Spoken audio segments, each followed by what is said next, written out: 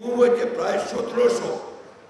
এখন পর্যন্ত তাদের কাছে যে রিপোর্টটি এসছে সেই রিপোর্টে 1700 মানুষ গুম হয়ে গেছেন, যেটা বাংলাদেশের মানুষ অতীতে কখনো পর্যবেক্ষণ করেনি। আমরা দেখেছি আপনার ল্যাটিন আমেরিকার দেশগুলোতে এই গুম খুন হতে 2009 থেকে 24 সাল পর্যন্ত আমাদের এই সময়ে আমাদের হিসাব অনুযায়ী 677 জন, তার মধ্যে ইলিয়াস আলী সহ আমাদের এমপি সহ তারা আছেন। হত্যাকাণ্ডের শিকার হয়েছেন প্রায় 2289 জন। বিচার বহির্ভূত হত্যাকাণ্ডের শিকার হয়েছেন প্রায় 2000-এর উপরে মানুষ।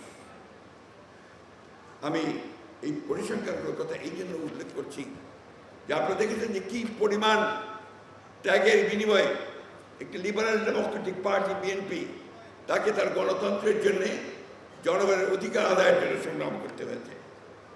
দেশের মানুষ অনেক আশা ভরসা নিয়ে 5ই আগস্টের পরিবর্তনের পরে ফ্যাসিস্ট হাসিনা দেশ থেকে পালিয়ে ভারতে আশ্রয় নেওয়ার পরে আমাদের দেশের অবস্থার পরিবর্তন হবে।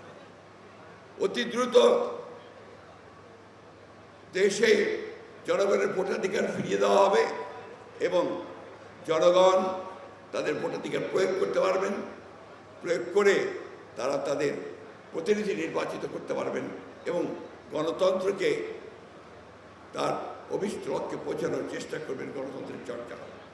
কিন্তু আমরা দুঃখের সঙ্গে দেখছি এখনও যে এখন পর্যন্ত সেই লক্ষ্যে আমরা সুস্পষ্ট কোনো নির্দেশনা পাচ্ছি না।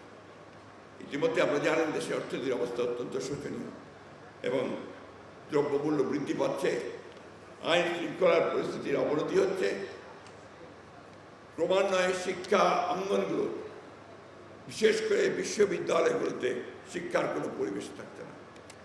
আরও মারাত্মকভাবে আমরা দেখছি যে এই ভূখণ্ডের বিশেষ করে অবিভক্ত বাংলার যে সমস্ত বরেণ্য বিজ্ঞানী সাহিত্যিক যারা আমাদের এই ভূখণ্ডে অর্থাৎ পূর্ব বাংলার ভূখণ্ডে পূর্ব বাংলাদেশে যাদের জন্ম হয়েছিল তাদের নামগুলোকে বাদ দিয়ে এখন কোনো বিশ্ববিদ্যালয়ে প্রতিষ্ঠান করে নামকরণ করার চেষ্টা করছে।